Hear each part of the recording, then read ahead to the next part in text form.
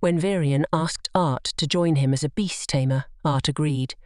Varian showed him how to tame the beasts. Art knew it was important to return to his family, but he also knew the risks involved. The power from the beast was too strong for his young body to handle. If he didn't learn to control it soon, it would destroy him from the inside out. As Art slept, he felt a heavy weight pressing down on him, like the personification of all his worries and burdens. It seemed like the expectations placed on him were haunting even his dreams. Tessia tried to wake him up, but he referred to her as a monster and asked for just 5 more minutes of sleep. She got angry at being called a monster. When he finally woke up, she teased him about his messy hair, and he teased her back. She asked if he was really going to stay here, as Grandpa had mentioned it in the morning. Art replied that they might know more after the trip with Varian and the princess. Tessia pinched him for calling her princess and asked him to use her name instead, warning him she'd get angry if he kept it up. He agreed and asked her to leave the room so he could shower. Tessia joked that he seemed like a pervert, and Art asked her not to say such things. After his shower, he left the mansion, only to find Alduin confronting his father about a human residing in their kingdom. Mariel told Varian that Alduin was right, and while she was grateful to the boy for saving Tessia, allowing a human to stay there went against tradition. Varian responded that he had taken a liking to Art, and there was no need to say more. Besides, Tessia agreed with that as well. Alduin urged them to reconsider, but Varian insisted that it was enough, and that Art would be under his direct guidance, making sure everyone in the kingdom knew that. Art came downstairs, thinking that the elders could really be trusted. Varian told him to hurry and get inside. They left, and while travelling, Art asked how much longer they had to go and jokingly referred to Varian as Gramps. Varian remarked that it seemed Art wasn't too comfortable with him. Art replied that they would have to see how the day went with Varian's mysterious friend. Just Tessia fell asleep on Art's shoulder. Varian remarked that Tessia had woken up unusually early that day and had been talking about Art. He asked if that was true. Varian gently touched her face and explained that being the only princess of the kingdom had caused her to grow up in a lonely environment.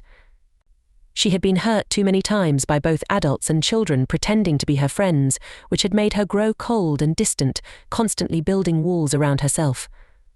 In short, Varian had noticed that she seemed happier around Art, showing more smiles and laughs than she had in the last few years, and he thanked Art for that. After a while, the carriage stopped, and Tessia woke up, asking if they had arrived.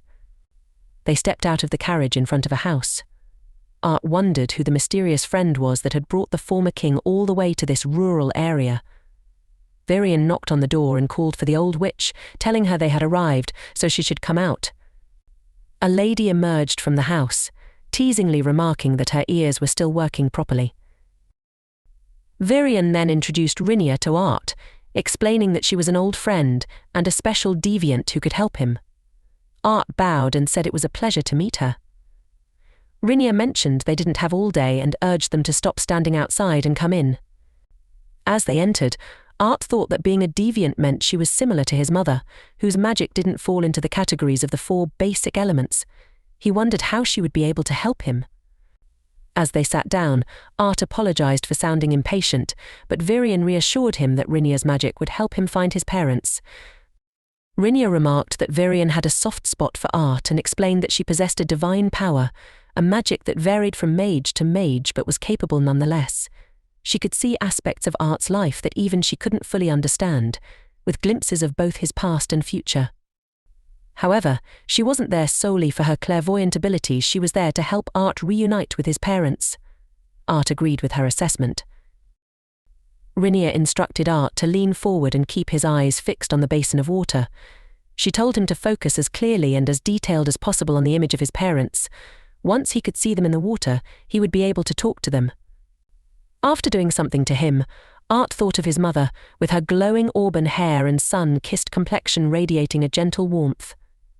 He remembered her furrowed brows, always knitted together with worry about him. Then he thought of his father, with his strong blue gaze and goofy smile that could brighten even the darkest of days. He remembered his father's silly jokes and easygoing nature at home, contrasting sharply with his charisma as a leader and fighter. Art imagined them both to be alive, and then he opened his eyes and looked into the water. Art watched as his mother cooked food and served it to his father. Reynold remarked that the beef stew looked amazing and asked if there was any special occasion. Alice replied that there wasn't. It had just been a while since she had cooked for him since they moved to the house. She thought to herself how it was the favourite food of both Art and Reynold. Reynold asked her what she meant, but she brushed it off, simply sitting there. As Reynold went to eat, Art called out to him, announcing himself. Shocked, his parents looked at each other. Art explained that they might be surprised to hear from him, but he would explain everything later. For now, they should know he was safe and alive. He had managed to survive the fall off the cliff, and they should keep it a secret. Currently, he was staying in the kingdom of Eleanor with the elves. He knew it was hard for them, but he was glad they were both fine. He hoped they didn't blame each other for what had happened. He felt proud of what he had done back then, and if he could go back in time, he would do it all over again, even if it meant risking his life. He wished he could go to them now, but it seemed that would be difficult at the moment. He mentioned he had some sort of illness that needed treatment. Although he wasn't in immediate danger, he needed to get treated before heading back home. He wasn't sure when he'd be able to reach out like this again. There was a mage there, similar to his mother, who was enabling them to hear his voice. Art assured his father that he would keep practicing magic and fighting while recovering. He joked not to be surprised if he could beat his father in a match the next time He urged his parents to take care of his mother and the baby. Reynold and Alice became emotional upon hearing this. Alice rushed to hug Reynold, but he told her to slow down.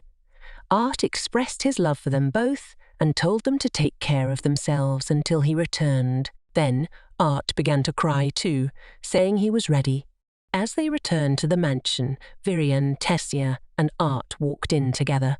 Just as they were entering, Alduin stopped Art and remarked that years of being a king had made him a bit old-fashioned and stubborn. Meriel placed her hand on Art's shoulder and explained that what Art was trying to say was that they were sorry for earlier, so he should accept their apology and consider the mansion as his own. Alduin added that Art was the saviour of his daughter and his father's first disciple, so he welcomed Art again, and they shook hands.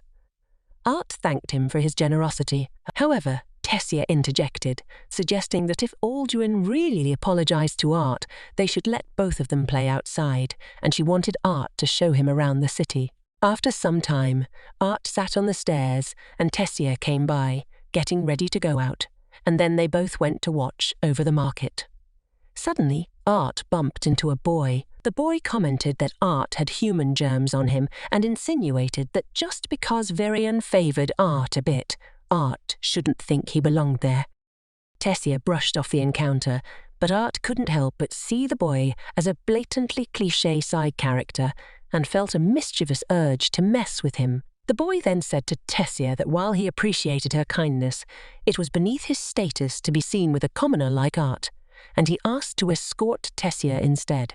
Art teased the boy by using his name mockingly. Another boy intervened, hitting Fair and praising his recent awakening genius, despite his young age.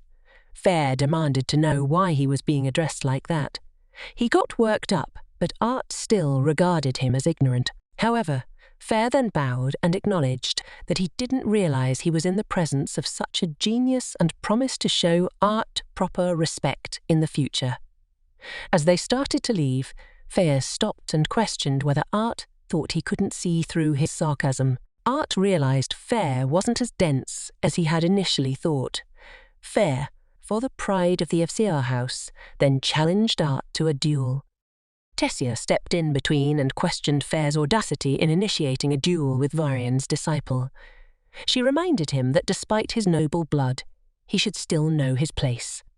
Fair apologized to Tessia, explaining that his father had taught him never to let anyone trample on his pride. Then he turned to Art, challenging him to accept the duel or retreat with his tail between his legs, noting that Art's decision would reflect on his mentor, Virion, as well. Art wondered if the duel was taken seriously in their circles. Fea interpreted Art's silence as acceptance and asked Tessia to officiate the duel.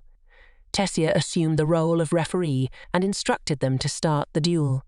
Fea warned Art to prepare himself, boasting that his genius would However, as Fea moved to attack, Art swiftly punched him back, causing Fea to fall. Art asked him if he was done. Tessia, not surprised by the outcome, grabbed Art's hand and ran away from the scene. Art couldn't help but appreciate Tessia more and more, and although the rest of the day wasn't as fun as playing ball with Fea, it distracted him from other thoughts.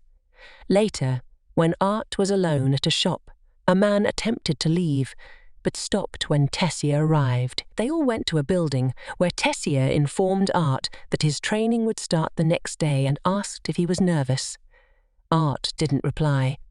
Virion assured Art that his lessons wouldn't be easy and that he would endure pain from his mana core. The assimilation process used by beast tamers was likened to submerging one's body in boiling tar, leaving them stranded in a foreign land without the comfort of family. Even Art's daily life would become arduous, but if he could endure it, the payoff would be enormous. Art replied that he was excited and ready for the challenge, having come a long way and feeling excited about everything, including training. Hi guys, don't forget to like, comment and subscribe if you enjoy the content.